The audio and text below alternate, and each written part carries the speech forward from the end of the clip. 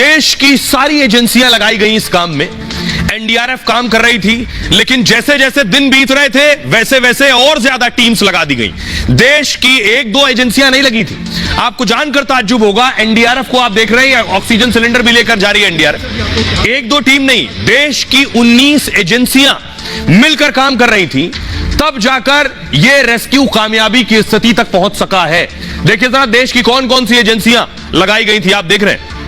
सबसे पहले आपको बताऊंगा, बहुत से ऐसे नाम हैं जो शायद आप पहली बार सुन रहे हो कि ऐसी भी कोई एजेंसी है, ये भी कोई काम करती है। सबसे पहले NHIDCL यानी राष्ट्रीय राजमार्ग और अवसंरचना, मेन टनल में ड्रिलिंग का काम यही कर रहे हैं। दूसरी एजेंसी ONGC यानी अंग्रेजी में से ऑयल एंड नेचुरल गैस कहते हैं, तेल एवं प्राकृतिक गैस निगम। ये क्या कर रही है?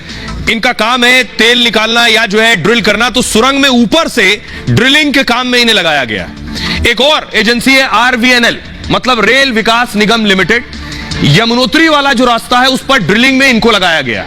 पहाड़ी के ऊपर से भी खुदाई की जिम्मेदारी इनके पास है। एक और एजेंसी है SJVNL यानी सतलुज जल विद्युत निगम, यह भी लगी है।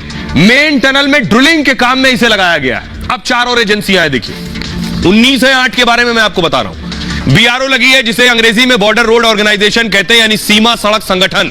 टनल पर सड़क बनाने का काम किया है इसी ने, यानी जो पहाड़ी थी उस पहाड़ी से ऊपर ड्रिलिंग करनी थी तो रोड बनाई गई, रोड का जिम्मेदारी BRO के पास थी।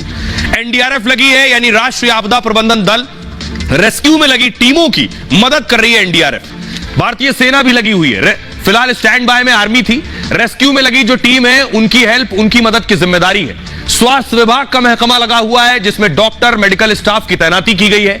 एम्बुलेंस के साथ ही अस्पताल भी बना दिया गया है, अस्थायी अस्पताल बना दिया गया है। इसके अलावा PMO, लोकल एडमिनिस्ट्रेशन और बहुत से विभाग हैं जो वहां काम कर रहे हैं। ऐसे कटर अंदर सरिया को काट रहा है। दिल्ली से 5 वेल्डर्स की टीम सुरंग में पहुंची है। 5 वेल्डर दिल्ली से बुलाए गए। सुरंग में ड्रिलिंग के दौरान दिक्कत आ रही है और ऑगर से खुदाई में सरिया रुकावट बन गई। सुरंग के मलबे में सरिया जैसी ठोस चीजें दबी हुई हैं। यही चीजें सामने आती हैं तो मशीन रुक जाती है, ऑगर मशीन। ऐसी स्थिति में पहले ऑगर को निकाला जाता है बाहर, इसके बाद टीम ऑक्सीजन के साथ पाइप में अंदर जाती है, क्योंकि लगभग 40-45 मीटर अंदर पाइप डाला जा चुका है। 45 मीटर अंदर अगर सरिया आ गई तो एक आदमी को 45 मीटर अंदर जाना पड़ेगा। कटर लेकर वो काटेगा वहां सरिया आगे जो मलबे में होगी। ये टीम रुकावट को हटाती है, सरिया काटती है। गैस कटर के जरिए सरिया काटे जा रहे हैं। मलबे में भारी मात्रा में लोहे की सरिया है। यही सरिया रेस्क्यू में सबसे बड़ी रुकावट है और सरिया सामने आने पर कई कई घंटे लग जाते हैं। रुकावट हट जाती है तो फिर से ड्रिलिंग शुरू होती है। लगभग हर 1-2 मीटर पर ऐसे रोड़े आ रहे हैं। अब तक 45 मीटर से ज्यादा ड्रिलिंग हो चुकी है। करीब 10 मीटर के आसपास ड्रिलिंग और बची है, जिसमें 8 से 10 घंटे के करीब का वक्त और लग सकता है। 200 से ज्यादा कर्मचारी इसके रेस्क्यू में लगे हुए हैं। अब जरा सुनिए, सरिया काटने वाले प्रवीण यादव जिन्हें बुलाया गया, वो बता रहे हैं किस तरह की दिक्कतें आ रही हैं और कैसे वो सरिया काट रहे हैं। सुनिए। फंसा था, क्या स्थिति थी अंदर? 3 इंची का पाइप था और बाहर थे स्टील के, उसकी वजह से पाइप को होल्ड हो गया था मैडम।